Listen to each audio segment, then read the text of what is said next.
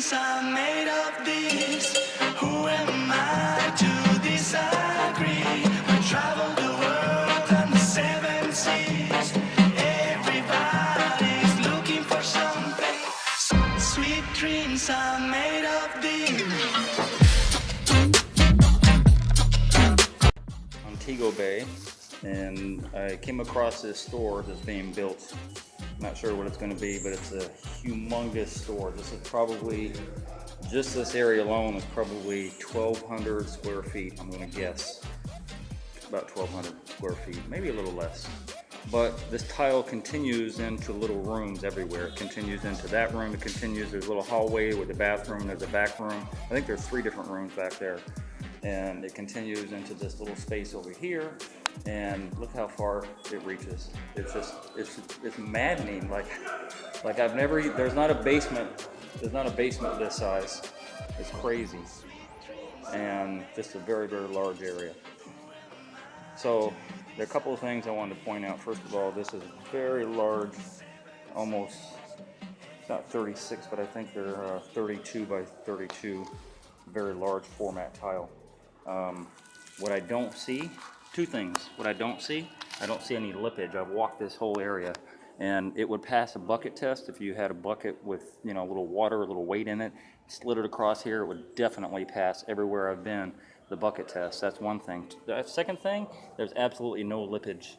And on a 16th inch, a true 16th inch grout line, no lippage whatsoever. And I'm just amazed. Every time I come to Jamaica, I'm just absolutely amazed. When they do, the subfloor under here is concrete, and when they do a concrete subfloor, they don't screed it out very good. It's kind of like the moon. It's not nice and flat and even the way we're used to. And so the fact that the tiler could come in here and work with what I know he had to work with, but yet get all of this tile flat and straight, no lippage and everything, I'm just so impressed. I don't even have words for it. It's just amazing. This room that I'm looking at now is probably the better part of, if not 1,500, 2,000 square feet. And I'm not backed up all the way, but it's just amazing that not only can they do this with no lippage and straight and flat and everything with what they had to work with, but it goes in, as I said before, it goes in all various different rooms, and there's no break. There's no break in the pattern whatsoever. It continues the pattern all the way through all these rooms. It's amazing. Then the other thing I'm not seeing here, I'm not seeing any type of expansion joint. So as they say, every 20 feet there should be an expansion joint of some type. And over again, I've been in very large tiled areas and I don't see expansion joints. Do I believe them? Do I believe they're necessary? I'm on the fence about that. Because again, I was at an airport not too long ago, and very, very large area. I didn't see an expansion joint there. I'm not seeing one here either, and yet there's no problems. And I have seen tile like this before.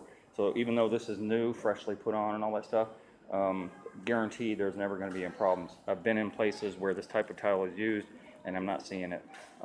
So I'm not trying to downplay the theory that expansion joints aren't necessary. What I'm saying is that not seeing them here, where there's a lot more, how would you say it, wear and tear on the tile that's here, as opposed to the States. And yet I'm not seeing any of that. I'm not seeing, you know, if I could figure out who did this tile and I knew that I could ship him back, I would ship him back to Atlanta. I would have him working under me. In fact, I'd probably promote him to boss right away, because I mean, this guy is 10 times better than I could ever be. Look at this. And not a break, not one break in the tile, into this room and into this room. It just continues all around. I mean, this place is humongous. So I just thought I'd put it out there. I'm always fascinated by other people's work, and yeah, no break. One little small break here, but that's not bad. And then it continues on into this room. Just amazing. I hope you enjoyed that video. If you did, then subscribe. Hit that button and subscribe.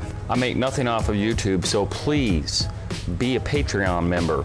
I'm going to post a link down below to my Patreon account, and you can donate $1, $5, $10, $20 a month. Just pledge that on a monthly basis. That will help me produce more videos and content so that you can watch and learn from my channel. And donate at least $50 if you're gonna call.